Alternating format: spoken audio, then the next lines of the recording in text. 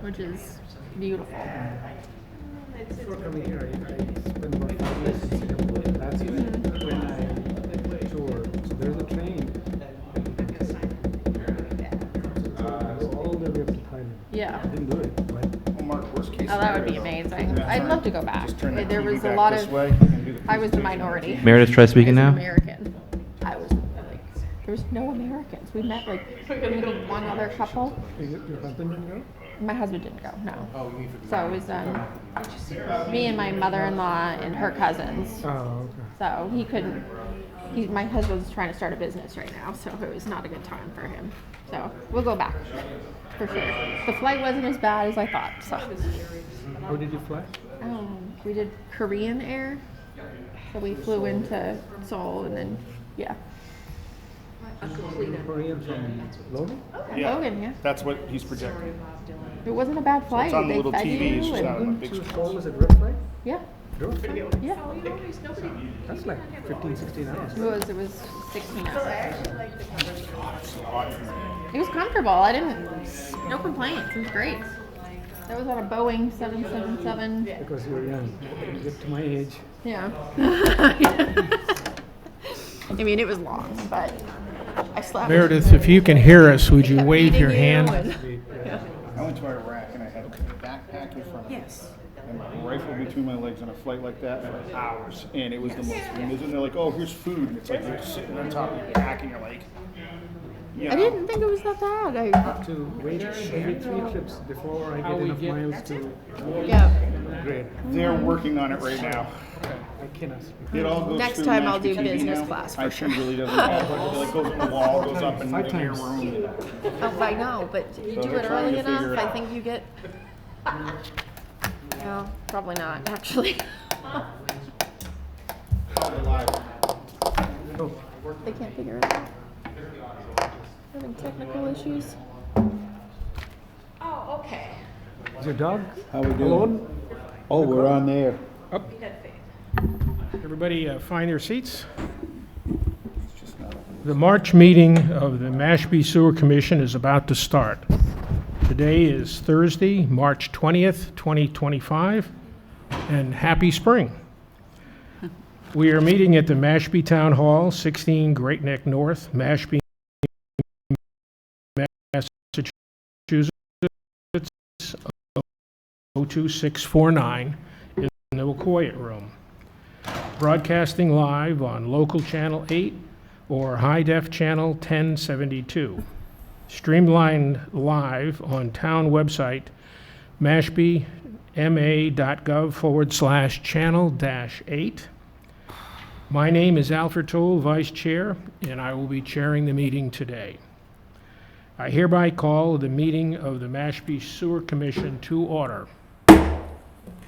Please stand for the Pledge of Allegiance. I pledge allegiance to the flag of the United States of America and to the republic for which it stands, one nation, under God, indivisible, with liberty and justice for all.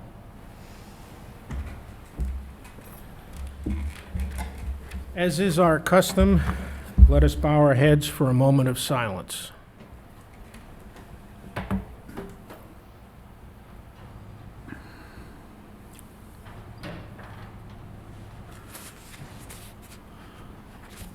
Thank you. Commissioners, for the record, please state your name, starting with Phyllis on the right, Catherine Castaneda. Alfred Toll, Joe Lyons. Mohan Nair. and remotely we have Meredith Harris. Commissioners, you have received via email a copy of the draft minutes as well as a paper copy before you this meeting. Are there any corrections or omissions? Hearing none, I would accept a motion to accept the draft minutes of the February 20th meeting. So, A second. Second. Those in favor, please signify by saying aye. Aye. Aye. Opposed? Motion carried unanimously. Next is a portion of the meeting set aside for public comment. Do we have any takers? Yes, please come forward, have a seat at the desk, and be kind enough to give us your name and your street address. And you have 5 minutes. Yes, thank you so much.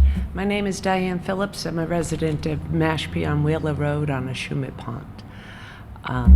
So I am here just, first of all, to thank you so much for your hard work and diligence in getting the town septic sewerage system set up and running. It's important, of course, and I know that you're doing it largely in compliance with the Massachusetts rulings that the Cape needs to eliminate the nitrogen flow in the area.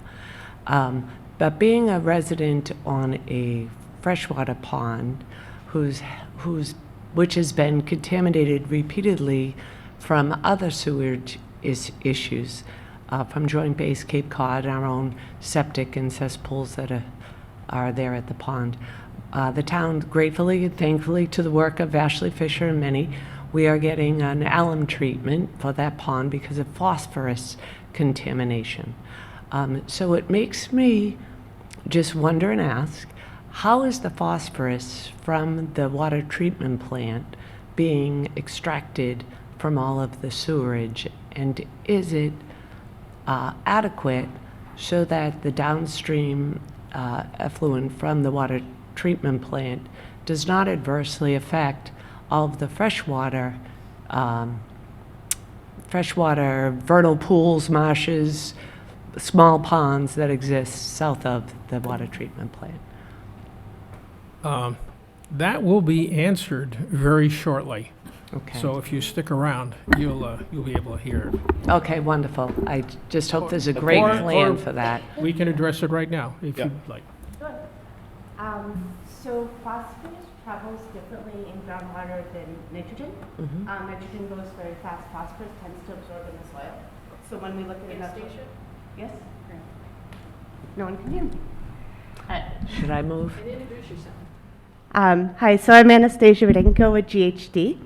And I just wanted to explain the difference between how nitrogen travels in the soil and how phosphorus travels in the soil, or in the groundwater. So nitrogen travels much more freely with groundwater. Phosphorus tends to absorb to the soils. So when we look at effluent recharge sites, we actually look at how far that phosphorus is anticipated to travel. And if it is in the pathway of a freshwater pond, we would implement a phosphorus treatment system at the pond. But for a treatment plant such as the one that's under construction, it's far enough for a freshwater body that phosphorus treatment is not needed at this point. So, But it is evaluated. all right, so the freshwater bodies that, I live on is a large Yes. one. It's called a pond, but it would be called like a lake in other areas. So you're saying it won't adversely affect any of the vernal pools or other smaller ponds So we do look at that exist? sensitive receptors, including freshwater systems. So those would be wetlands, vernal pools, the kettle ponds and lakes, as well as streams. And do you have to get an EPA approval of that effluent for this exact area? And has that been done? So at this point, EPA has not set phosphorus TMDLs in the same way that it's set nitrogen TMDLs. But if a water body was identified as impaired, that would be the next step in the process. And you would go through a diagnostic study similar to what Mashpee just did in Mashpee Wakeby to quantify the sources of nitrogen coming in and what the maximum threshold can be in that pond so that you can look at how much needs to be removed in order to keep that healthy ecosystem. So you're not going to do that in advance? When would you do that then? It's not We would, so if it's identified that that's a potential downstream receptor. So as we look at treated effluent sites, we identify the sensitive receptors and then identify if additional evaluation is needed in order to maintain their health. So So for instance, if we were citing treated effluent recharge immediately upstream of a freshwater pond or within the boundary where that phosphorus is anticipated to migrate through groundwater to the freshwater system, then there would be the recommendation to do an additional evaluation. Does that make sense? So you're saying, though, you've already done that evaluation, that there isn't any down water fresh Or water the bodies? plant that's currently under construction, not in the anticipated migration pathway. So it's far enough from, basically it goes from the pond to the, or sorry, from the recharge beds to the Mashpee River, but it's far enough away that the majority of the phosphorus is attenuated in the soil and doesn't migrate to the river itself. And so there wouldn't be an impact to the vernal pools or any of the natural or protected species that are in all of that So area? The primary, and it travels with groundwater. Right. So as long as you don't have an intersection with the vernal pool, it's traveling with the groundwater itself and not at the surface. So we do look in the immediate vicinity Okay. for those. Okay, I just want to make sure someone is addressing it so we don't have a That's a great secondary question. problem in 10 years from now and saying, oh, now we have another cleanup site. That's all. Yeah, and If you we're- environmental experts all agree that there's not a problem, I wouldn't know. I just want to make sure it's being addressed and It's a very studied. important question to be asking. So, Yeah. thank you. Thank you for your time, and I do appreciate your work. I hope we all see sewage very soon in all of the town. Thank you. Thank you. Yep. Anyone else? Okay. We show no outstanding old business. The first new business is to review and vote to repeal the Sewer Commission's rules and regulations and replace them with the proposed rules and regulations. We started out, and we quickly put together rules and regulations as a group, leaning heavily on the town of Chatham, actually. Since then, we've been growing up, and Catherine, Jared, Karen, and myself have spent many an hour going over all of the new proposed rules. They were sent to you. Makes excellent reading. Does anyone have any questions? If not, I would entertain a motion to repeal the old Sewer Commission rules and regulations and replace them with the new rules and regulations. I'm happy to make that motion to repeal the old regulations and replace them with the new one. But I wish to add a concern. Okay. I think and it's not about the text, because I've gone through it Several times. Well, multiple you made a times. motion, then we Um, should discuss it. But and I would like to make a motion to discuss how we're going to inform the public about how these Okay, rules and one thing at a regulations. time. We have a motion. Do we have a second? We have a I'm second. seconding the Second. motion without the discussion. We'll Okay. have the discussion during. Okay, Okay, I- so but just, discussion time is now here. So your concern succinctly is you're wondering, how how- we're going to roll this out to the public.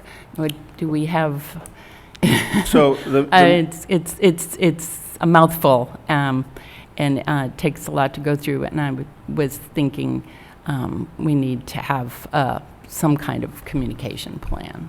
So the plan is that, first it'll be posted on the webpage, that's the obvious, the full text. The part about construction and design for sewer systems, that part, when we have the approved installers, they'll get a copy of that section during that training.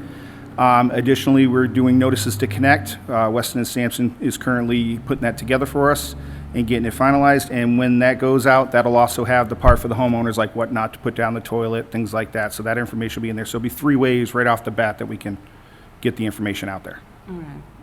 now, how do we get the new rules and regulations on the website quickly? Karen will take and load them up on the website. That'll be quick. Any other discussion? One point. Yes.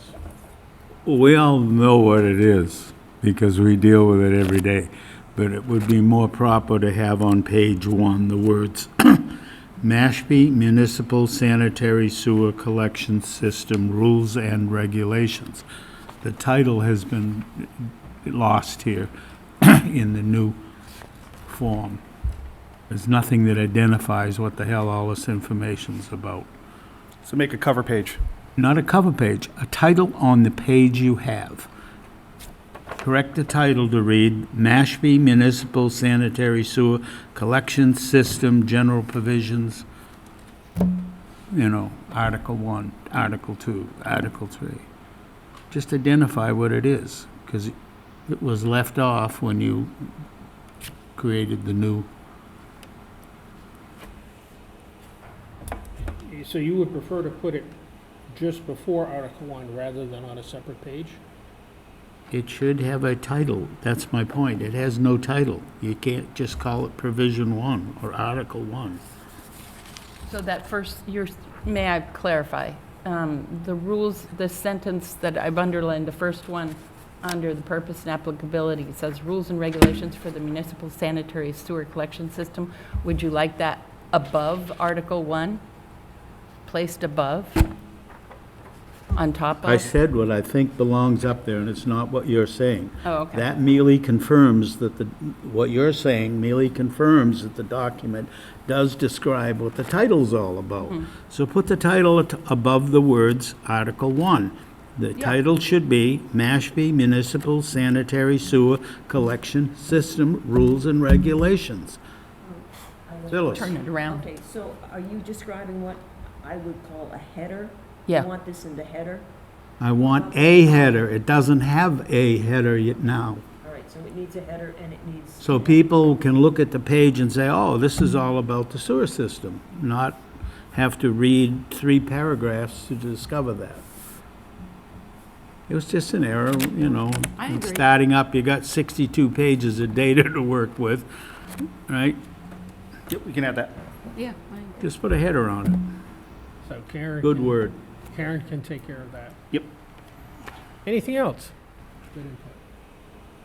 Okay, then.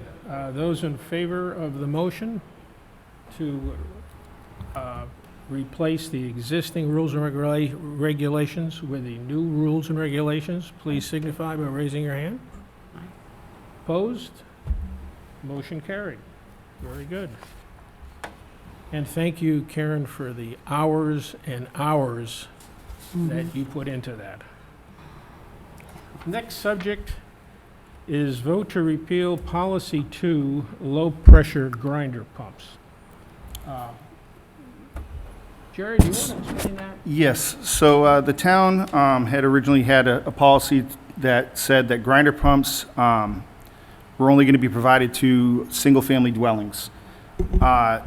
Then Sea Oaks had come to a previous meeting, and the commissioner at the time, I believe it was Ray Jack, had told them that the town was going to provide grinder pumps to this condo complex, which was in conflict with Rule 2. So then we had at the meeting, we voted to honor Ray Jack's promise to Sea Oaks. So this is just to repeal that policy, because now that policy is just no longer in effect. Why aren't we modifying the policy instead of getting rid of it? Because it's just basically now it's open, so no reason. Now we have no policy if we reject this. We wouldn't really need a policy. Everybody's eligible for the grinder pumps if you need a grinder You have pump. to say that somewhere, that's all. It in here? Grinder pumps will be provided as required. We can do that. I can put together another policy just to say that, you know, and actually I can go beyond that. I can actually add to it about, you know, because it's own operating stall in order to get SRF funding. So yes, I will put that information in there, and I can rewrite the policy and present it to the Why board. don't we hold off and do that next week? Yep. Yeah, we can do it today.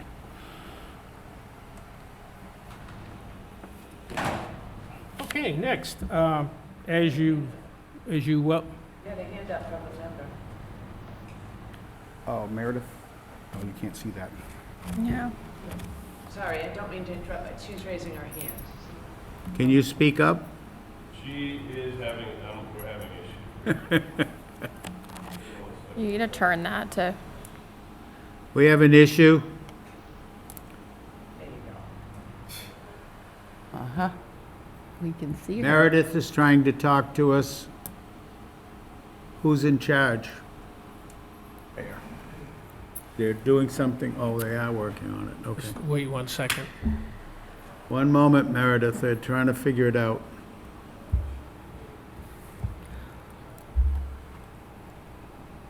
be birds on the wire.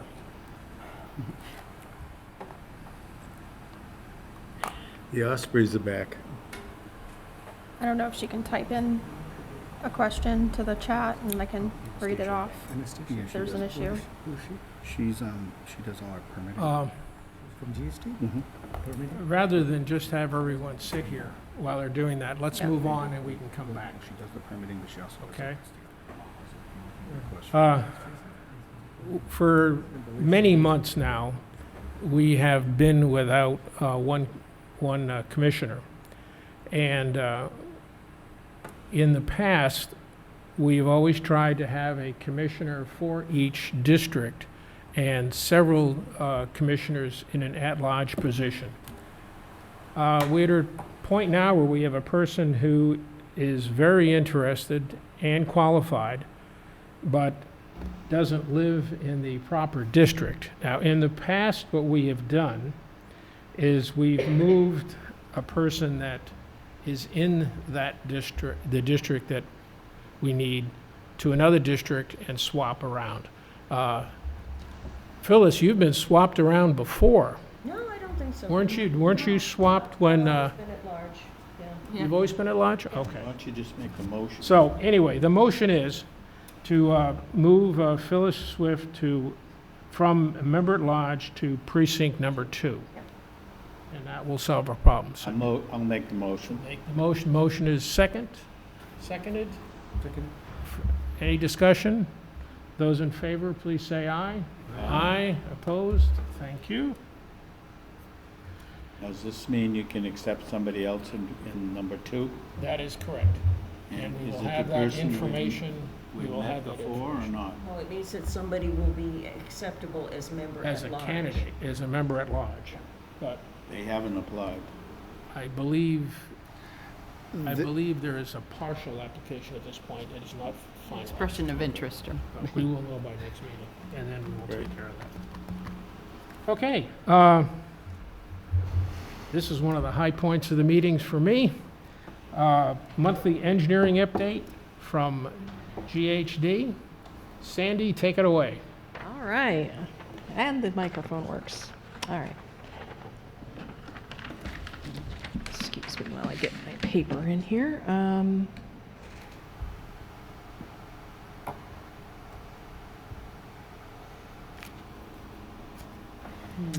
Yeah, we want to make sure the viewers can see this and they're not. Okay, the slideshow's not showing up anywhere. It's right here. We can see it. You can but- see it? But they can't. Oh. Not quite fair. Oh, that's too bad. Well, do you want me to just continue? Well, hold on a second. Okay. Hold on a second. Because I think you're Yeah, going to want, for that. I think, Meredith, can you hear us? well, and I think for the next presentation, you really. Meredith, wait a minute. I think they really want to Is show. she there? Can we hear? Okay, I think that's the best you're gonna get. I think that's the best you're gonna get That's the best we're going to get? right here.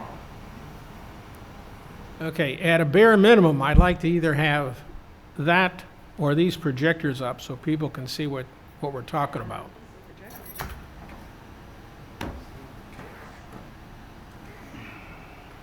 Are they getting it?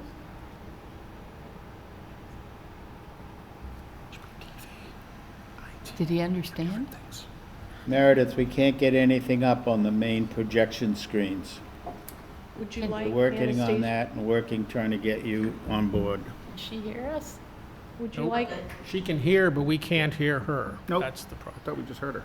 We can hear it. Just raise your hand if you can hear us, Meredith. She can hear us. Yep. but- She can hear us. Okay. Try this.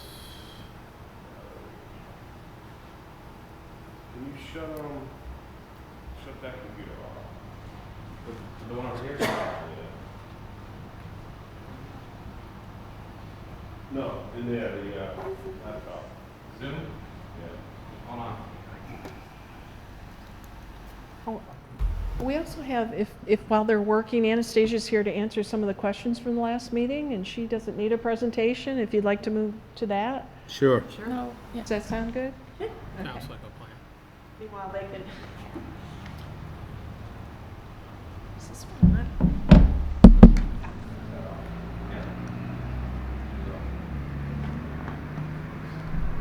So thank you very much. I'm Anastasia Rudenko, environmental engineer with GHD, who has been working on the first watershed management plan update. There was a series of questions that were asked at the last presentation, and what we wanted to do was to provide a response and see if there were any additional questions. So the first question that was asked was a comparison of how the build-out was developed for the 2015 plan versus this most recent watershed management plan update.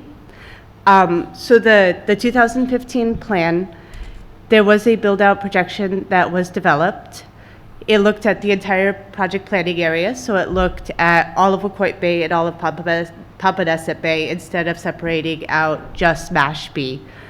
For the neighboring towns of Falmouth and Sandwich, that was based on the MEP build-out analysis. So when MEP does their analysis, they look at maximum zoning, and that's what they define as build-out. So what is the maximum development that you can have in a town?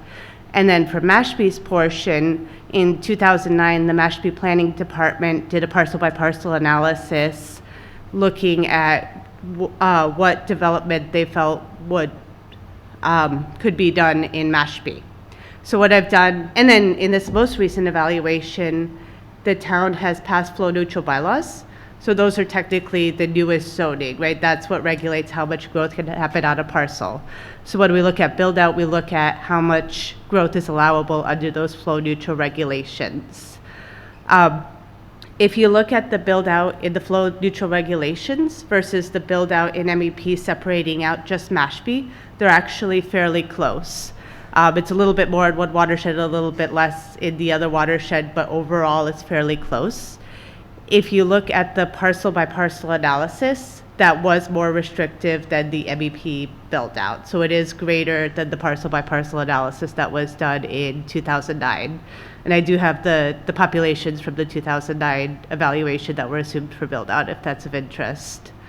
That assumed a total year-round population of 22,700 people and a summer population of 35,900 people.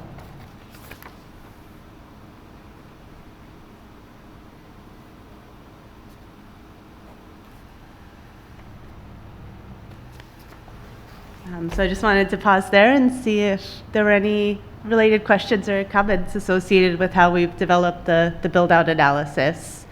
And the one other thing that I wanted to clarify, as part of the watershed management plan, we are looking at a 20-year planning horizon, so we're not looking at the full build-out, but we did calculate full build-out so that when we're looking at the layout of our infrastructure, we maintain flexibility for the future beyond the 20-year planning horizon if needed.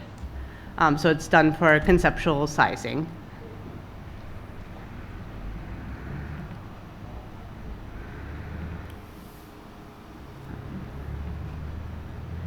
And so the next question that was asked was, what were some of the major changes between the TMDL compliance plan that was outlined in the 2015 plan and this first update in 2025? One of the updates was to evaluate the water use data. So all of the calculations from the 2015 plan were done based on the MEP current numbers, which are from the early 2000s, and we've brought them up to the last 3 years of water use. So we're working with updated nitrogen loads. The original plan also recommended evaluations to consider sending flow to private facilities, including Mashpee Commons, the Wampanoag facility, and Joint Base Cape Cod. As those evaluations haven't progressed to negotiations to convey flow, we're now looking at options to treat that flow through a municipal facility. So that's one of the major changes, is no longer relying on private facilities and sizing municipal infrastructure to be able to treat that flow. And then the third major change is a decrease in the shellfishing aquaculture component and then a related increase in the sewering component to pick up that nitrogen management. And we've also incorporated the wetland restoration project. So at this point, we're not carrying a nitrogen removal credit, but there is a recommendation to implement a monitoring program so that the nitrogen reduction from those programs can be tracked. And as part of a future watershed management plan, they'll be incorporated into the TMDL compliance plan. And then again, we could look at adjusting the technologies, what could be reduced because you are getting nitrogen removal through those wetlands. And we did also add the INA regulations that have been passed by the Board of Health. So at this point, we're looking at the conversion of Title V septic systems to INAs for portions of town that are not scheduled for sewering. Can I ask a question? Yeah, of course. I didn't understand what you were saying about the facility that, some municipal facility that you could use. Yes. Recording in progress. What is Well, now I gotta watch what I say. So as part of the 2015 plan, Mashpee does have a number of private facilities, including Mashpee Commons has a facility, Southport has a facility, the Wampanoag wastewater treatment plant is a private facility. And it was recommended that we evaluate whether those facilities could be expanded and municipal flow could be sent to them. We have evaluated the Mashpee Commons facility and the Wampanoag facility. Those discussions have not progressed past an evaluation to negotiations to send flow there. So at this point, we're looking at other options. And the other big one was to send flow on the western portion of town from Wacoit Bay to Joint Base Cape Cod.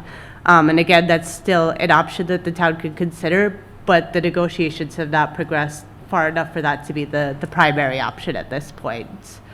So, the current plan for the Papanasset Bay might still require tapping into some of the existing private facilities, and the phase 1 and phase 2 might not be enough? So phase 1 and phase 2 will not be enough. At this point in the plan, all of the flow is being directed to 2 new facilities, the one that's currently in construction, which will continue to be expanded. So it's a modular facility. As we continue to sewer, we'll continue to expand that plant. And we're currently doing an evaluation to site a new plant in the western portion of town in the Wacoit Bay watershed. But to be clear, the Papanasset Bay will require additional phases of sewering to meet its TMDL, and sewering has not occurred at all in Wacoit Bay or municipal sewering, so that will need to be implemented. Okay, thank you. Any other? Thanks, those are great questions. Any other questions? Yeah? Okay, wonderful. We have one from behind you. I'm sorry, I don't think I heard correctly. Could you just repeat, thank you. Could you repeat the method that you're using to calculate build-out? I know you mentioned 3 of them, if I heard correctly. Yes. So which was used, and could you repeat the build-out numbers for both year-round and summer? Of course, the build-out numbers that I quoted are from the original 2015 analysis. For the 2025, we're using the flow-neutral bylaws. So we're looking based on the restrictions in those bylaws, what is the maximum development that you can have in each of the watersheds. She's Italian. So has that been calculated? It has, yes. And if you give me 1 minute, I Thank can you look so- up the correct thank you so number. much. Of course.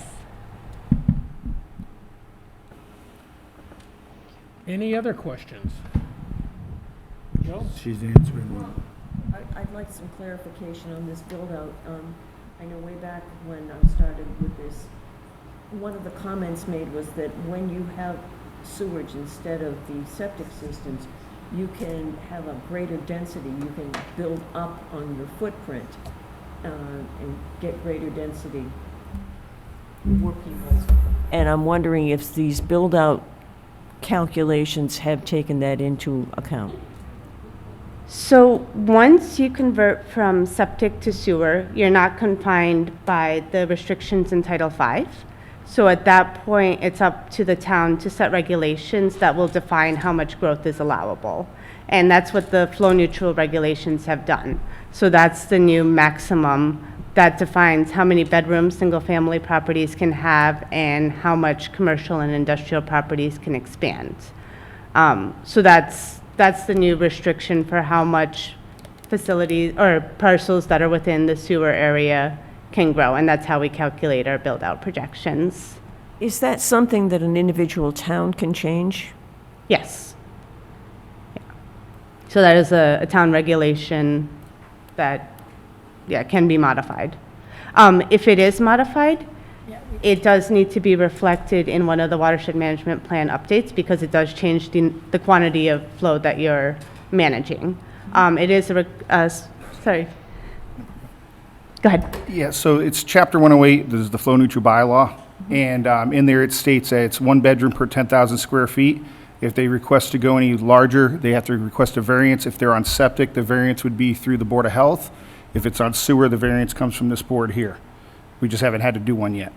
So, and I expect one soon. Other rules have to be changed to answer your question. Okay, thank you. Town is self-regulating. Anastasia, you said with the new maximum, it would be upwards of 35,000? That was the old maximum. The new maximum, we've looked in terms of flow. So it would be higher because the new maximum is higher than that original projection in the 2009 needs assessment. So the 2015 plan is based on planning that was done in 2009.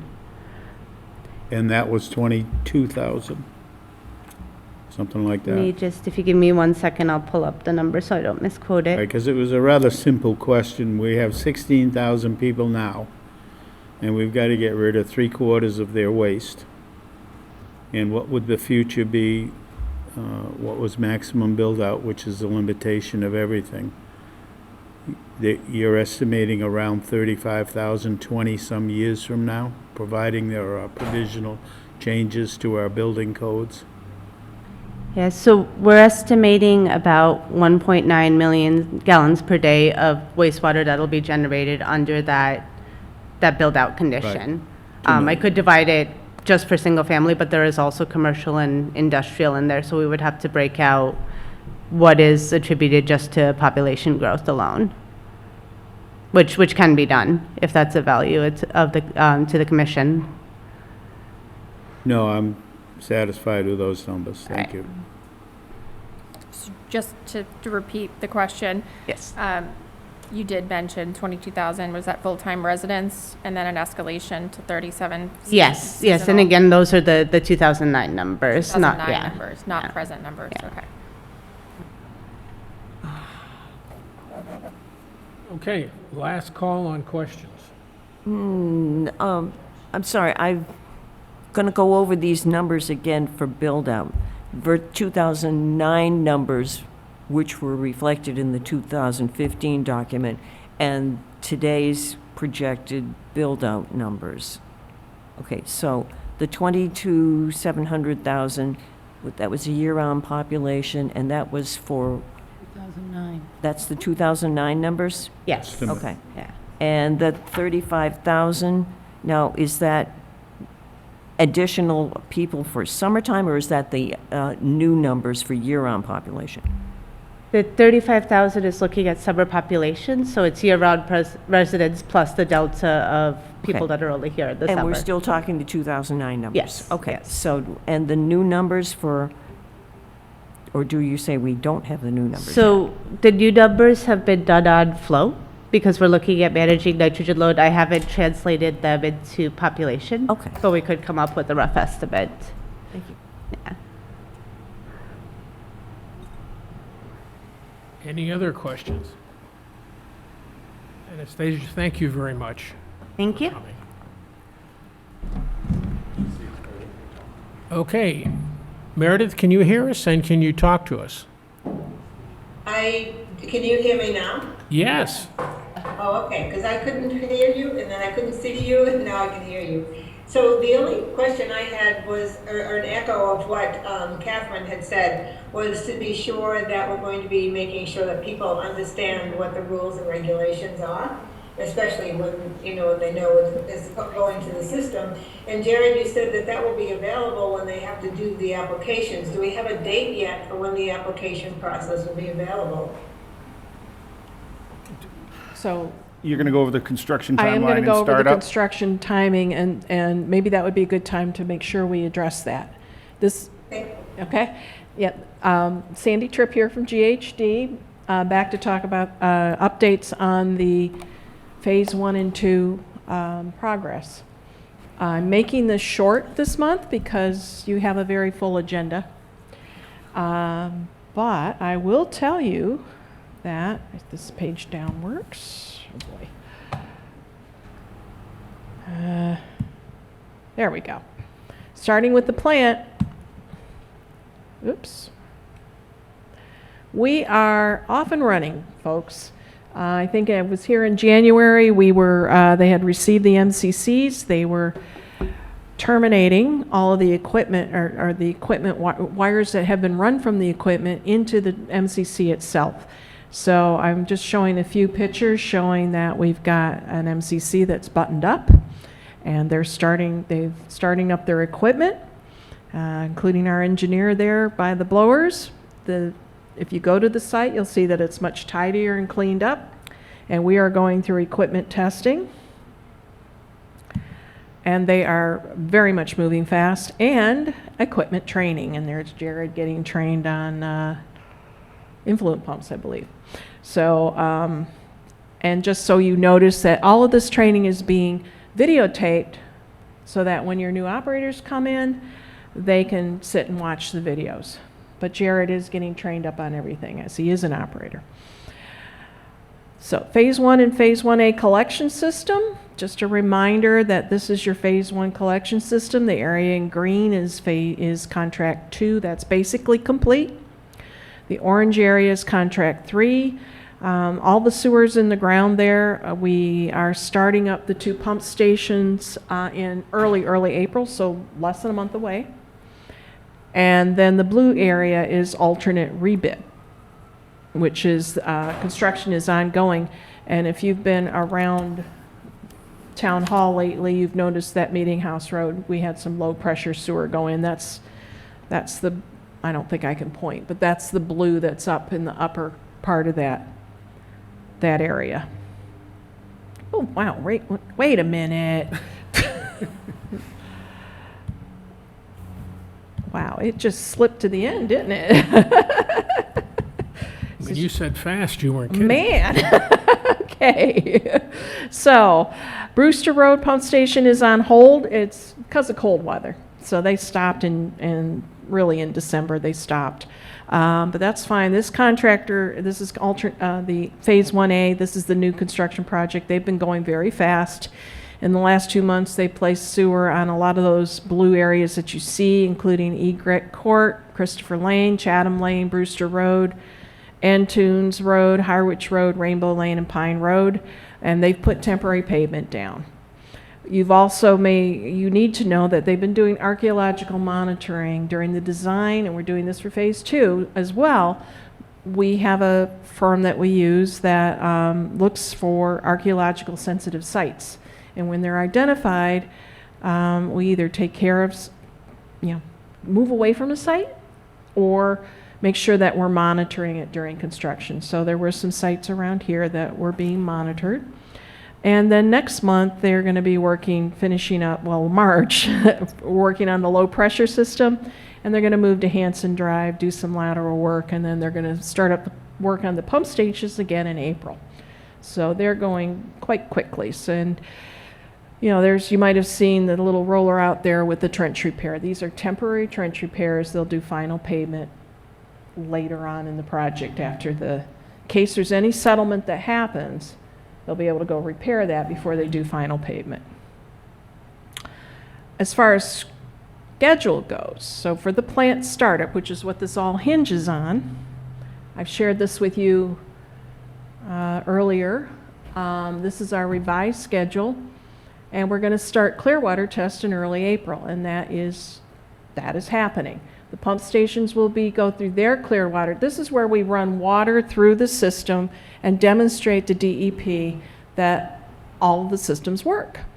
So we will be showing that the pumps pump and the screen and the instruments do their proper level of instrumentation, whether they're measuring levels or pressures or whatever they're measuring, and that the controls work and that there's communication going on. So for the pump stations and the preliminary treatment building, that will be done. That is scheduled for the first full week in April.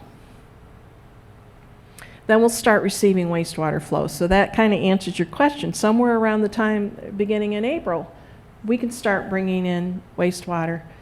And you can correct me if I'm wrong, Jared, but we're starting with the big users. The Housing Authority is lined up, the Sea Oaks, and then Summerwood, once we get the pump stations online. So that's a lot of flow to begin with. And then meanwhile, you're going to be asking all the residences to hook up to. In the beginning of May, we're going to start up the membranes. We have to have flow to do that. That's the biological process. The wastewater provides food for the bugs. So we need to have an amount of flow in there to get them started up. So we hope that will happen around May. We'll go through our startup period with everything. So in May, we're going to be through our Clearwater test, and we're going to be treating wastewater. And the idea is that we will be substantially complete, which means that you are operating a plant in full in August with final payment at the end of September, meaning the end of the job. So that's the schedule. Does that answer your question, Meredith? Yes and no, Cindy, it does, but thank you so much for your presentation. The question that I've been getting from residents is, there are specifically the ships areas, ships rudder and shipwreck roads. They're trying to get together so that they can contact the licensed contractors, and they need a date for when they should be doing that. When can they contact the contractors to come and begin to look at hooking them up, and when should they begin hooking up? So we've got kind of a broad group from April to June, or April to August. So can you give us more of a ballpark figure for residents to think about? I would say around May is the best time for all the smaller individual homes in those streets, because we're going to get first week of April, we'll start bringing in the big contractors. I'm not anticipating. Yeah, I don't think there's any anticipated damage. They can look early and figure out what their problem is in front of them and come up with ideas. They won't be required to perform until August or September. Well, we need wastewater. So it's good to get them hooked up, and I think Jared's, and I'm happy that they're excited to get on. If they get these guys pulled together in early April, once the pump station's pumping, go for it. Yeah. And that's the first week in April. Okay, because the point is, there are 14 houses in particular on the ship rudder road that want to get a licensed contractor. So they need to contact the contractor. They need to get the evaluation of the 14 houses, and then they'll do the hookup. So they can't do it all at once. So are you saying the best time for them to contact the contractor would be now? Yes. We're going for May? Now. Yeah, now would be good. Thank you. Okay. Cash flow, we haven't looked at this in a little while. This is the plant. As you may recall, the contractor received a time extension. This reflects the adjusted cash flow. The white line is their spending. So they're currently, bottom line, they're about 80% of their time expended and about 93% of their cash expended. And that's because the equipment's in place. They bought all the equipment. Now we're talking about testing and startup. So they're pretty much on course, cash-wise. The northern one is basically done. Just need to close them out. The southern collection system, again, those are the ones with the pump station. So once they get those 2 pump stations up and running, I'm sure we'll be closing that job out as well. So it's been on hold. And then here's the new one, the contract 1A, the alternate rebid project. They are about 40% expended on time and about 53% expended on their budget. So they are moving very quickly through this. And as for phase 2, I've put up a map showing the northern 2 contracts for the linear work. This is what we call contracts 5 and 6. The green is the gravity sewers. The pink is the low pressure systems or the grinder pump systems. That gives you an idea where these systems are going in. Currently, we're reviewing the reviews, third-party reviews for the 90% designs is ongoing. We're closing the loops on permitting, and the town is working toward obtaining easements associated with this work. So that's what we're doing right now. Hey, come on. Keeps trying to get me further along than I wanted. And then phase 2 future milestones. Again, now we're showing the southern 2 contracts. The peninsula to the south, the Pirates Cove area, that's contract 3. And the area above that is contract 4. Again, the pink is low pressure, so you can see that the Pirates Cove area is 100% on grinder pumps. And then the more northern is 50-50, something like that on gravity and grinder pumps. So what we are doing now, we're nearing our completion on the pre-qualification of contractors for the plant. We plan to be bidding these 6 contracts in the early spring of this year, so in a couple months. And we should be executing these 6 contracts by June of 2025, permitting, contingent on the permitting. And then phase 2 construction is scheduled to begin in July of 2025. Any questions on phase 2? The money for these, is it fully appropriated now, or we gotta go to the town meeting for it? You appropriated it last year. Yeah. That is included. Mm-hmm. This is your 96.1 million. Okay. And now we can go to thank you. Questions? Good.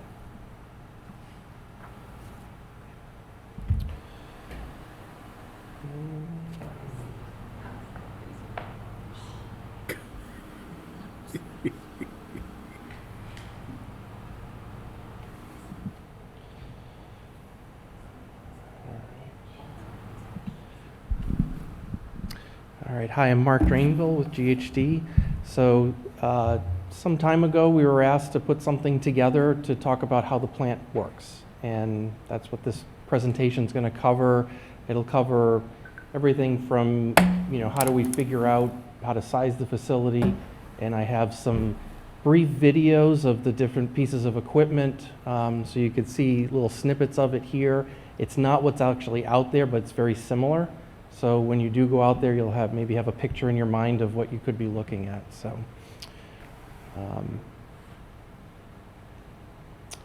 and there's a drone photo of the new facility right there.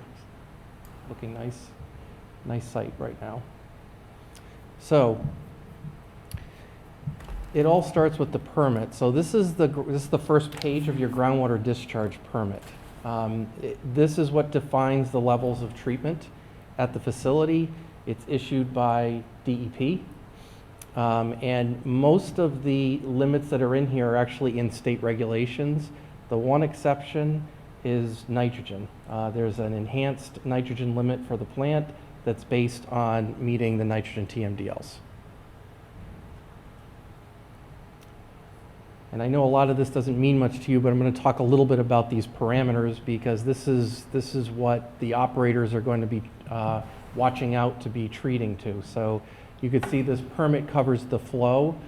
So you are limited in how much flow you can discharge to the ground. All right, and that's in this permit. And then you can see these other parameters that are listed here. I'll talk about those in a minute. And Mark, Oh, yes. That flow, is that for the plant or just for phase one? So thank you for asking this. So there's different types of flow. This is actually a maximum day flow, okay? Oh. So there's an average flow, which sometimes we may use that average flow. This is a maximum day flow, and that's what DEP permits your discharge facilities for, okay? So the equivalent average day flow is 120,000 gallons, okay? Let me extend that question. Yeah. Is that using all 4 or all 8 pits and So one this- line or all 4 lines? So that flow is for, we're putting 2, right now there's 2 out of, well, there's, how do I say this? Processing line. There's one stage, but it's divided into 2 tanks, Yeah. right? So this permit covers 1 stage and 2 tanks, okay? You need 4 active sand beds for it. Okay. So that's not limiting the plant, it's just the limit of what we're starting up with. That's what you're starting at. 360. That's correct. Is there a maximum daily flow for phosphorus anywhere? Is there a permit limit on phosphorus? So because this is not a phosphorus limited area, there is no phosphorus in this permit. Phosphorus is not an issue. It's not an issue in this area. If we were in an area that, like if we were discharging right near a pond or very close to, then we may very well end up with a phosphorus limit, but this is not a phosphorus limited area. I don't buy that, but okay. You cannot say that, right? Science just isn't there yet. Yes, you can. So actually, I think it's a better way. So it will remove phosphorus from the pond areas if the houses are near the ponds, because we're conveying it from right next to the pond to a location that is away. So we are doing that initial removal. And then in the treatment process, we're going to remove a percentage of phosphorus when we haul our solids out. And then what we're recharging in the ground, based off of all the modeling they've done and how it was cited, we're not worried about that phosphorus traveling underground and getting back into the water supply. So yes, it is removing phosphorus from the areas that we need to, but we're redepositing it back in the ground far enough away from freshwater sources that it shouldn't impair them.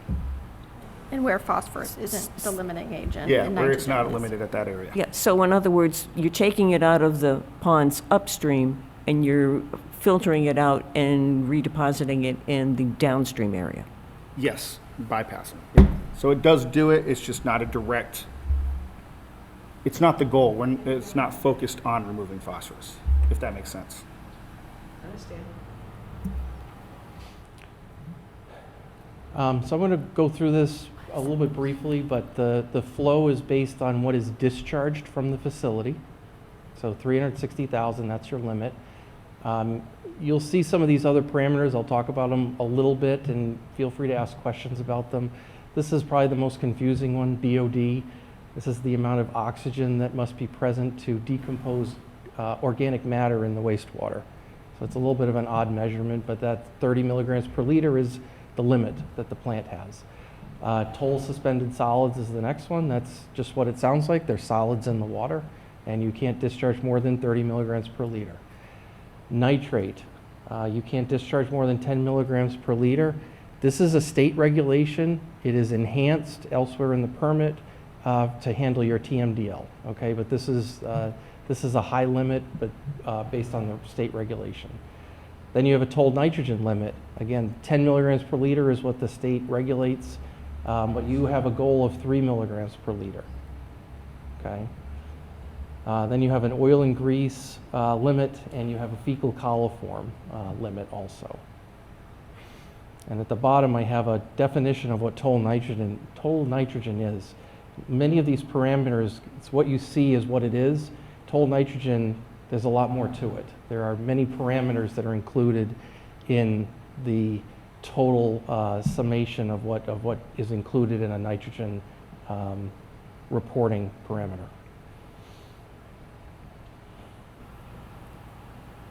So that was what your limits are. And then when we design a facility, we need to figure out what's going to come into the facility. When you have an existing facility, you have something to start with because you can measure that. You don't have that here, so we use textbook values to help us determine what we might see. So where the limit of BOD is 30, what's coming into the facility is 238. For total suspended solids, we're estimating 275 versus the 30 that has to leave the facility. Nitrate actually comes in at 0. I'm going to talk a little bit more about this in a minute. It's a little confusing where nitrate comes from. But total nitrogen coming into the plant is 49. So we have to reduce that 49 down to 3. And then oil and grease and fecal coliform, they come in quite higher levels, but they're reduced in the treatment facility. So here's a comparison of those, what's coming in and what it needs to go out at.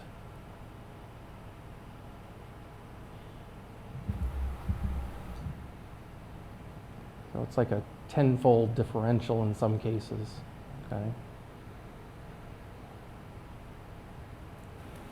So that image that you see on the right is the left-hand beaker is influent wastewater and the right-hand side is effluent wastewater. And what we need to do is obviously get the left side to look like the right, okay? We take what's sometimes looked at as gray, a grayish, dark gray kind of water and turn it, make it into a nice clean water. So what we do is, a lot of times you could look at a wastewater facility as a black box. It comes in, it gets treated, and it leaves as clean water. It's not only one box, though. It's a series of black boxes that are strung together, each of them serving a different purpose. Some of them there to protect downstream processes, and some of them there to achieve certain permit limits, okay? And I'm going to walk through this. Mark, Yes. where do you take the influent measurement? Where is it? Right after Right the at the pump headworks. station, right? At the before the membrane or at the Yes, pump? before. discharge? Yeah, it's influent wastewater, so it's truly what's coming into the facility. So not at the pump discharge. I'm trying to remember. No, so the raw wastewater we'll do at the lift station that's right outside the screening building. We'll sample there because it hasn't been treated yet, and then there'll be another sample done after the whole treatment process so we can compare. So the term influent is what's coming into the plant, and effluent's what's leaving. So those two measurements are on the outside of the processes. So this is an image of, if you've seen the facility lately, this is an image of what was planned originally. What you have now is quite similar to what was planned. This is just a kind of an artist rendition of it. This is what it looks like now. A couple of images which you may have seen. These are the sand beds.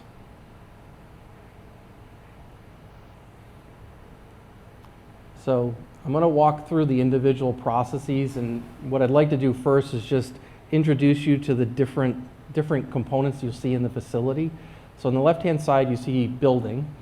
So preliminary treatment building, that's one of the buildings you have on the site. You have a process building on the site, and then you have a couple of other tanks that are kind of isolated, right? In the preliminary treatment building, you have the preliminary treatment process. This is a physical process that removes rags, paper, sand, small stones. It's taking out inorganic material to protect downstream processes, okay?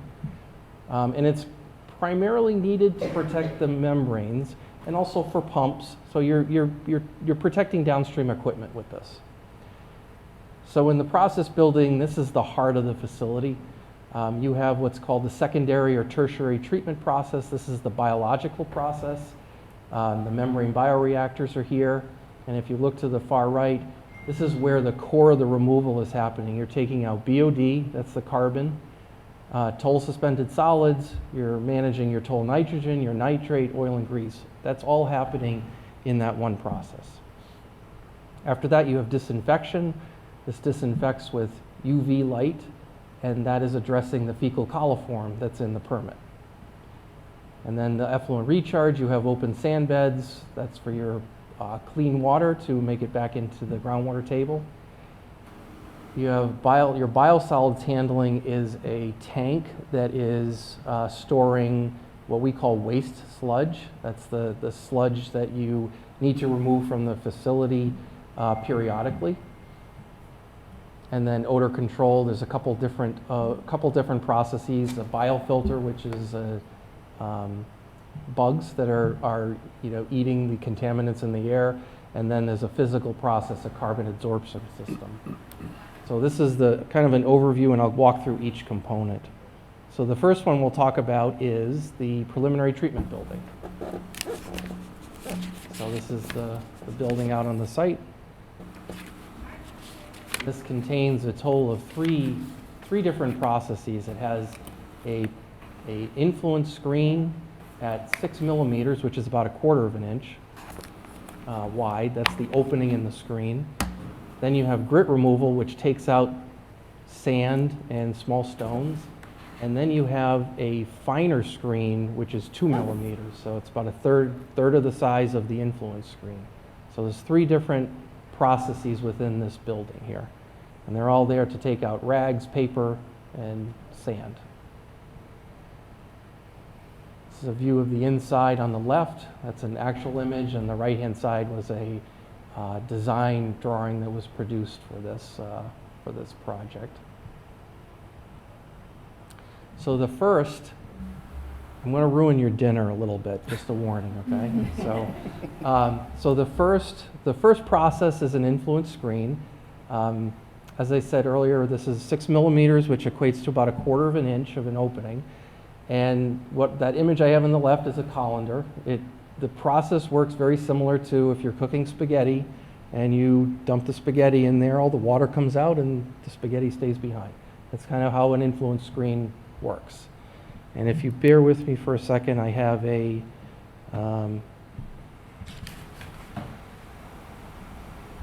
video here queued up.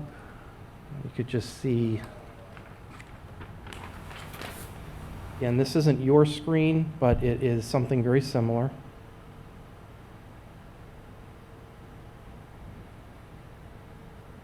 So the water is flowing in this direction into the screen. And it'll get closer there, but if you look, you'll see the screen in the back of this. So if you look behind the screw, you can kind of see the openings like a colander, okay? So the water is, the bigger material is getting stopped by the screen, the water flows through it, and the heavier material that gets trapped gets pulled up into the top portion of the screen where it gets compacted, and the water gets squeezed out, not entirely, but quite a bit of it gets squeezed out, and it gets put into a dumpster. All right, any questions on that one? It's pretty straightforward process, but when you go out and look at it, it's all enclosed and it's in a channel and you won't be able to see much of it. And it also washes the screenings as it's going up. Thank you. Yes, so in addition to compacting and taking out the water, it also washes them a bit to take out organic material, because we want that organic material to get treated by the bugs in the next step. Okay?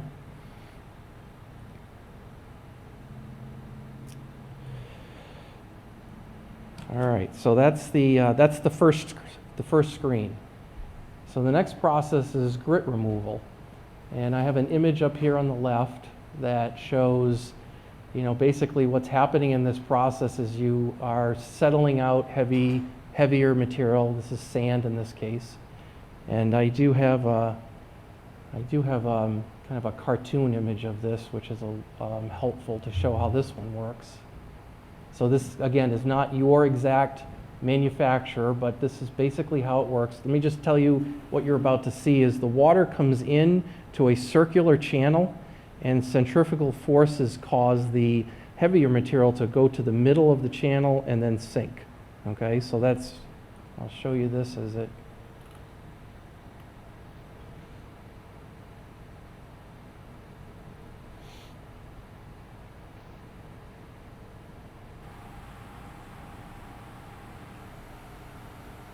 So you can see the influence coming in this way, and it goes around this channel, and the heavier materials go to the middle and they sink to the bottom here, and they collect here and they get pumped out.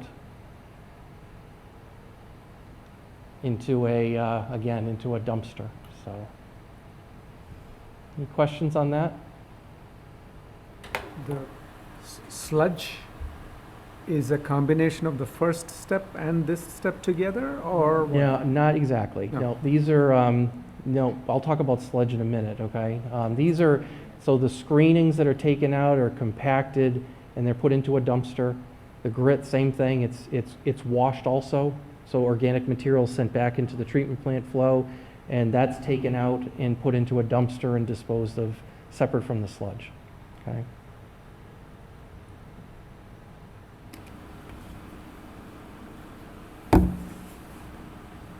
And these facilities are designed for your future, so your stage 4.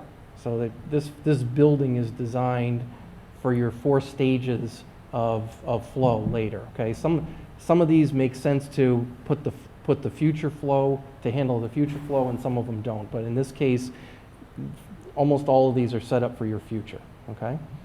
The one exception is this one. This is a second set of influence screens.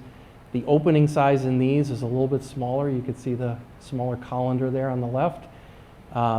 It's a third of the size of the influence screen. So the influence screen is 1/4 of an inch. This is a third of the size. This is the 6mm screen is in just about any modern treatment facility. The 2mm screen is only found in facilities that have MBRs, membrane bioreactors like you have, okay? So this operates the same as the first one that I showed you, so I don't have a video of this one. Mark, is there a holding tank before it comes into the process building? There is not. So if this backs up, what happens? Well, so I guess what I'd say is these facilities are designed for the peak flow of the facility. Sorry? So the preliminary treatment is designed for the peak flow of the facility. So it's a peak hour condition. So it's a maximum. It's the maximum flow that you should be getting in this facility. So you're not envisioning that to happen? Correct. That's correct. Yeah. That's how all of these preliminary treatment facilities are designed to treat the peak condition that you would be getting. And if you ever approach that, you're going to get some kind of a warning. You know, if you're growing in size and for some reason the projections were not correct, I mean, you get some kind of a warning of that. So, but yeah, it's designed for the projected peak condition that you would need to address. And do you have UPS? I'm sorry? Do you have UPS there for the plant, for the building? Uninterrupted power UPS. supply. Yeah. We have UPSs as well as generator backup. Oh. Yeah, each computer in the plant has a UPS. Yeah. So that was the preliminary treatment building, and this is the process building. Again, the process building is the heart of the facility. Okay, so I'm going to walk through those treatment processes. This is a drawing of the facilities. We are putting in. I don't know if you can see my cursor. I don't think so. So. The tanks on the left are those two tanks. That's stage 1. That's what we've installed as part of the stage 1. Okay. And this is the view of the tanks now as they're being completed. And this is a cut through that there we go, through this building. So this is the membrane tank. The membranes themselves are sitting here. You can barely see them right here. These are aeration blowers. They're providing oxygen to the tanks. These up here are permeate tanks. They are pulling flow through the membranes out of the tanks. And these are sludge pumps down here. I will talk more about these, but just wanted to give you an orientation of what's in this building. So I'm going to talk a little bit about the process itself. So I mentioned BOD initially. So BOD is removed when you have the right bacteria and oxygen. So we add oxygen to this tank by putting blowers, which are large compressors, just like a compressor you'd use to pump up your tires. So they're obviously much larger, but that's how we add oxygen into these tanks. And this is a natural process. All these biological processes are processes that occur in nature. What we're doing is harnessing them and putting them into a situation where they can thrive, okay? So nitrification I'm not going to test you on this, but I'll walk through this, okay? Nitrification or nitrogen removal in itself is a little bit of a complicated process. Most of the nitrogen that comes into the facility comes in the form of ammonia. And in the presence of oxygen and alkalinity and the right bacteria, you get ammonia converted to nitrite, and then that gets converted to nitrate, all part of the same kind of process. It's a two-step process, but that occurs quite quickly. So again, this is a process that occurs in nature, but it's a two-step process. So the first part of the tank, you're adding ammonia, and then you have nitrate in the second, halfway through the tank. But you still haven't done what you need to do. You just have to get rid of nitrate now, okay? So the way you get rid of nitrate is you have denitrifying bacteria, and you have to do this in the presence of no oxygen. And what happens is these bugs take the oxygen from the nitrate molecule and they return nitrogen gas to the environment, and you can reduce your nitrate that way. So it's a multi-step process that you go from ammonia, which is the predominant form of nitrogen, to getting the nitrogen down to near zero, but not zero, okay? Is this inline monitoring? How do you monitor this I mean, it's an equation, it's a formula, so you have to tweak it. Yeah, you can. I don't know if we have probes. Sandy, I don't know if you know. Are there probes in these tanks? I don't know. No, we're doing grab No. samples. So it's samples, a manual yeah. process. Yeah, it would be grab sampling, testing throughout it. Once these systems are designed to be like a set it and forget it, and then you just do periodic testing. Usually like come in the morning, we'll do all our testing. You might get hit with a slug overnight, so we might increase air or decrease air to make adjustments to get to our goals. So it's on a daily basis? Every day. So, and just as a reminder, this is another process that occurs in nature, okay? All of this is a natural process. So I'm going to stay here for a little bit. I want to just show you what happens in the main bioreactor tank. So these are the parameters that I told you earlier that that's coming into the plant. This is BOD, total nitrogen, ammonia, and nitrates. So that's what's coming into the bioreactor tank. When you get to about 2/3 of the way through the tank, this is, if you were to take a clear liquid sample off of that tank, this is what you would see. You'd see BOD essentially meeting permit, total nitrogen down to 10, ammonia near 0, and nitrates around 8. And then one other step takes you near your permit. So you just have one more step to do one other parameter, but you're doing BOD, you're meeting your permit, total nitrogen, you'd be meeting your permit. You don't have an ammonia limit, but that's going to be near 0, and nitrates down around 1. So that's kind of what's happening. It's a step-by-step process through this tank. This is an image of what it looks like in the tank. I know some people say chocolate milk. And I'm going to ruin your appetites. So the bacteria concentration in here is quite high. It's 8,000 parts per million, could be as high as 10,000. And then we're adding oxygen in here. So another thing I'll show you in here is that you have different stages within this tank. Aerobic means air is being added. So there's oxygen being added into this part of the tank. The zones that are called anoxic do not have any air in them. They're being mixed, and the process that's occurring there is occurring without oxygen. And then you're bumping up the air at the end of the tank here. So the question about sludge from earlier, so what happens in here is you return your bugs. The RAS is a term, return activated sludge. Those are the bugs that are in the tank. You're actually returning them to the beginning of the tank, and you're maintaining a certain population of bugs in that manner, okay? If you don't take some of them out, your population will get out of control and you won't be able to operate the process properly. So this is what's the sludge. It's the amount of bugs that you have to remove from the system to maintain a stable treatment process, okay? Was a lot on this. Is there any questions on this? This is the sludge that is sent off Cape. Correct. Yep. So what happens to the grit and all that you collect in the first step? What do you do with that? Put it in the dump. Yeah. Yeah, it's cleaned, washed, it's inorganic material, so we can put it in the dump. Yeah. Usually it's a matter of coordinating with them because of how they pack them in the trucks, but Trash. it's trash. So, let me back up for 1 second here. So, you can see this yellow box here at the end, membranes. So in order to maintain a high population of bugs, we use a special process at the end called membranes. And what the membranes do is they pull the water inside the membranes. They're very small, but they pull water into the membranes, and that keeps the bugs in the tank. So the bugs can't get into the membrane, the water does.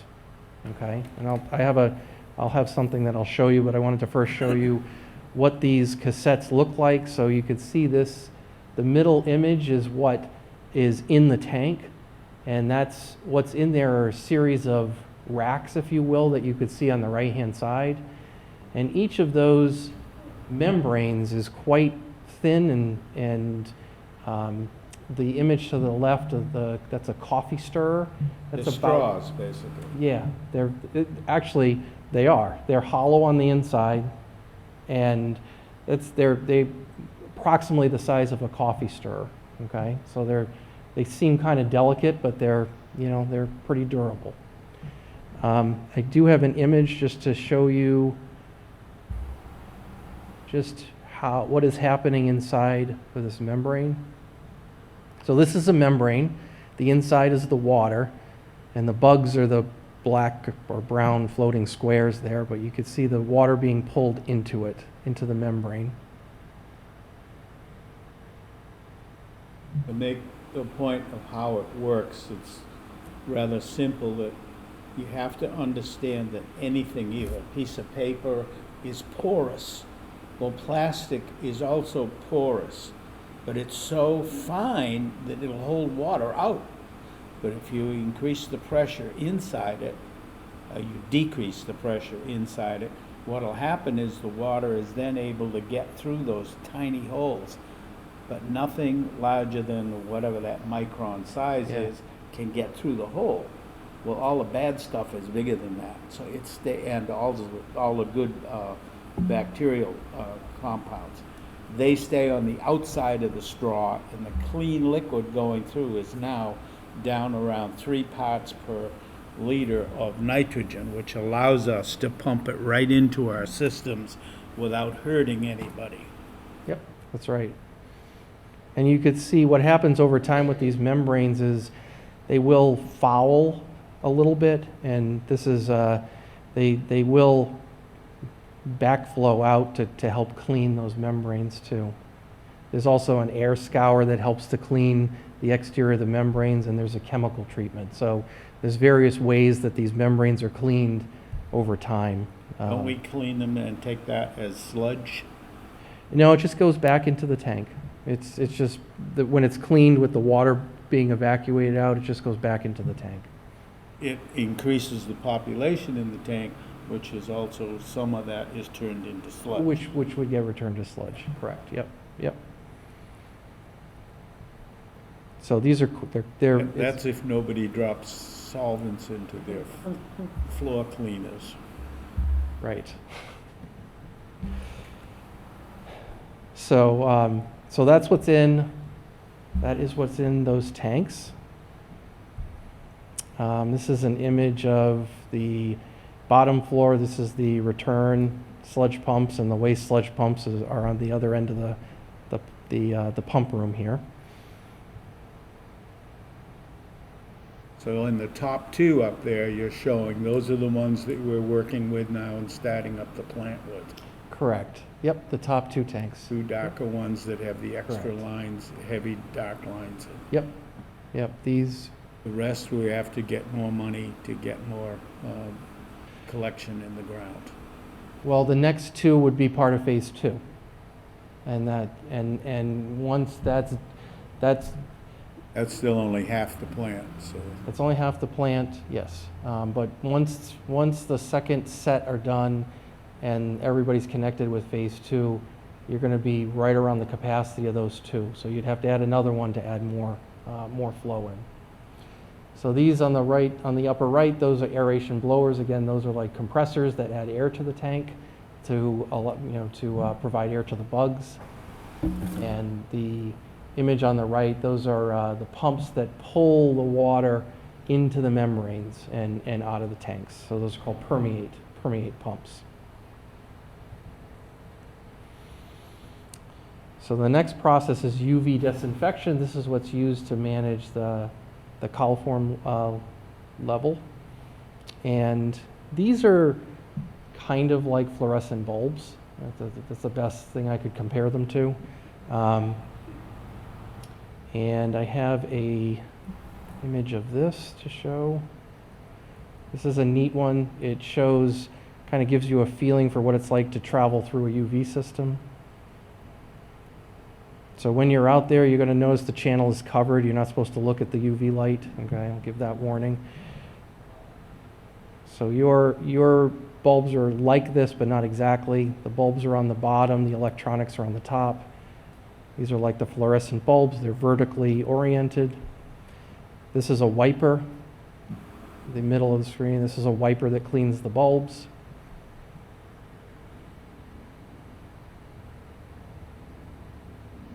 The glass pipes, so the light can penetrate. They're glass, correct. Yep, they are glass. These are just a different orientation. Yours is vertically oriented. Is there any radiation from these? No. No I wouldn't say radiation, but definitely UV. I mean, it's UV light.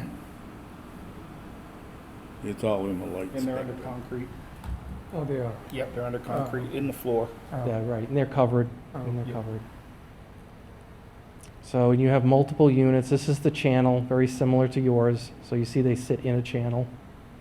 Is this the style ours is that you're showing us now? It's similar. It's very Because similar. it's quite different than what, Yeah, I know. It's similar in the sense that Using it in sits in town the now. channel. You have this is showing multiple components for one module. Yours is just one, but I it's think all they have is a single pipe with lights on both sides of it down at the, I commons think unit. you have two modules that have bulbs in them.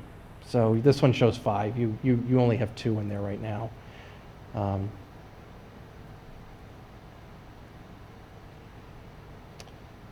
then you'll see you have electronics. The main controls sit on the top out of the channel. They're very high voltage, correct? It's definitely higher than 120. I think it's 480 volts. I believe it's 480 volt. Yep. Yep. Not your typical UV light. Correct. And then you can see the water flowing through here, and this is the green tinge that you'll see from when the lights are on. And then this will address, viruses, and will help you meet your coliform limit. So. I think we should mention, so it doesn't actually kill the bacteria. What it does is it damages the bacteria's cell, so it can't reproduce and grow like in the body, so people are aware. Yep. So I know you're all familiar with the open sand beds that you have, and I'm sure you know how they work, but they are, it's basically just like the ocean water image I have down there. It's just the water gets added to the sand and it drops down into them. The one exception I would say is that you will still have some level of nutrients in there, and that will cause some growth to occur in the beds, and so they do need to be maintained to manage that growth. Okay. Solids handling, biosolids or sludge, there's a couple different names for this. But this is a tank that you have that will be used to store the sludge, and then when it gets to a certain point, you'd have that sludge hauled off the site. And then for odor control, you have a couple of processes that are used for this. The portion that's in the ground is a biofilter. That's a biological process that's used to take out some of the odors, or actually most of the odors. And then sitting on the top of the grade there on the right-hand side is a carbon filter, and that is a physical process. So the odors attach to carbon inside that vessel. So that's a physical process. So you have a biological process and a physical process. And this shows the inside of those. So on the top is the biological one. This is a seashell material that the bugs attach to. And on the bottom, that's the carbon media that's in the vessel. So the odors will actually physically attach to that. And you have several chemicals that are at the facility. They all have slightly different uses. So you have sodium hypochlorite that's used to help clean the membranes. You have citric acid that is used to help clean the membranes, and it's also used for UV module cleaning. You have a product called Micro C, which is supplemental carbon. That is something that's used as part of your membrane bioreactor process. And then sodium hydroxide, that is what's called an alkalinity addition. That helps to manage the pH in the plant. Nitrification will you run the risk of lowering the pH, and that helps to control it.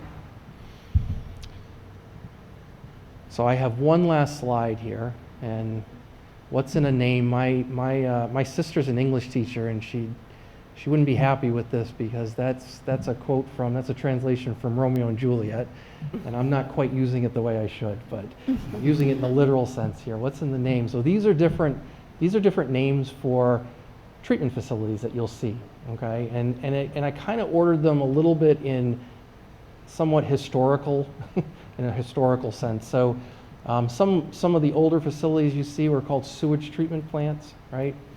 You know, that was in a day where you were sending waste, your sewage somewhere, and you're just trying to get rid of it, okay?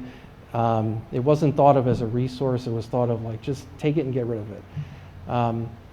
That kind of transitioned into a publicly owned treatment works. That's a term that you see in the Clean Water Act, and the federal government still uses that term, and the acronym is POTW. It's not something you hear a whole lot, but it's out there. Wastewater treatment facility is a fairly common term. The Falmouth plant is a wastewater treatment facility, okay?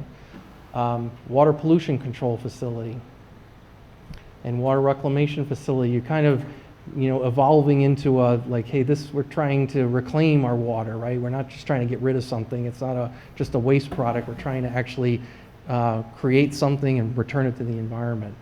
But that's not what your facility is called. So your facility is a water resource recovery facility. That is a term that's used in the industry now, especially in cases like this where you're treating to a very high level. A membrane bioreactor is about the highest level you can treat to for the limits that you have. And if you think about the facility that you have and what you're doing, you have water that's being pulled out of the ground and sent through your water distribution system to houses. You're using it in the houses. That wastewater is being sent into a collection system to a treatment facility. It's being treated there and then returned to the ground again. So it's kind of like an artificial water cycle, if you will. So we're pulling it out of the ground and we're returning it, not to the same place, but we're returning it in a clean way downstream of where the wells are and upstream of your bays. So that's the last slide I had. Is any questions or comments? I have a question related to this last slide. I've heard people say that we should have built this plant back in 2015. There would have been typical technology back at that time.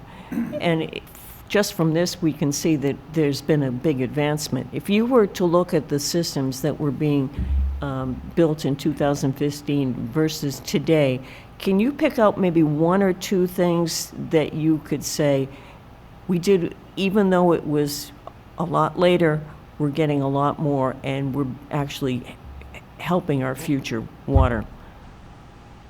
So if I understand your question correctly, you're wondering, were you able to take advantage of advancements in technology? Yeah, I know you've mentioned membranes is one thing. Yeah. So the membrane technology, although it definitely existed 10 years ago, it certainly was not as common. And I couldn't tell you with absolute certainty that it would have been necessarily chosen. I mean, it was certainly a technology that was available, but it was a little bit more of a fringe technology, okay? It's much more common now. It's a lot more experience now with it. And the prices have come down quite a bit from then. So you have benefited in some way. I think it's everybody's more receptive to going with a technology like this. I guess that's probably the biggest thing. So all of the technologies that are here, you're not on the cutting edge necessarily as far as the experience with the technologies. They're all tried and true technologies, but there's a lot more experience under the belt with all of them. And that's what I would say to that. Okay, thank you. Mark, I have a question. Yes. This is Hi, Mary. along the same lines, and it's almost like asking you to put on your predictor's hat and to think about the future. We have a state-of-the-art technology, and thank you so much for your presentation. It was very clear, very understandable.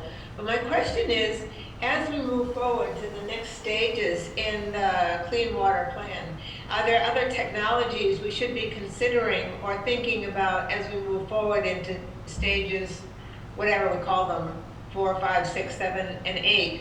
Or are we at this point, because of the technology of our plant, locked into a specific train that we should be on? So I would say that this is the right technology for you, and I'll tell you why. This is the smallest footprint that you can have for a treatment technology. So other ones that we looked at would have required more land area.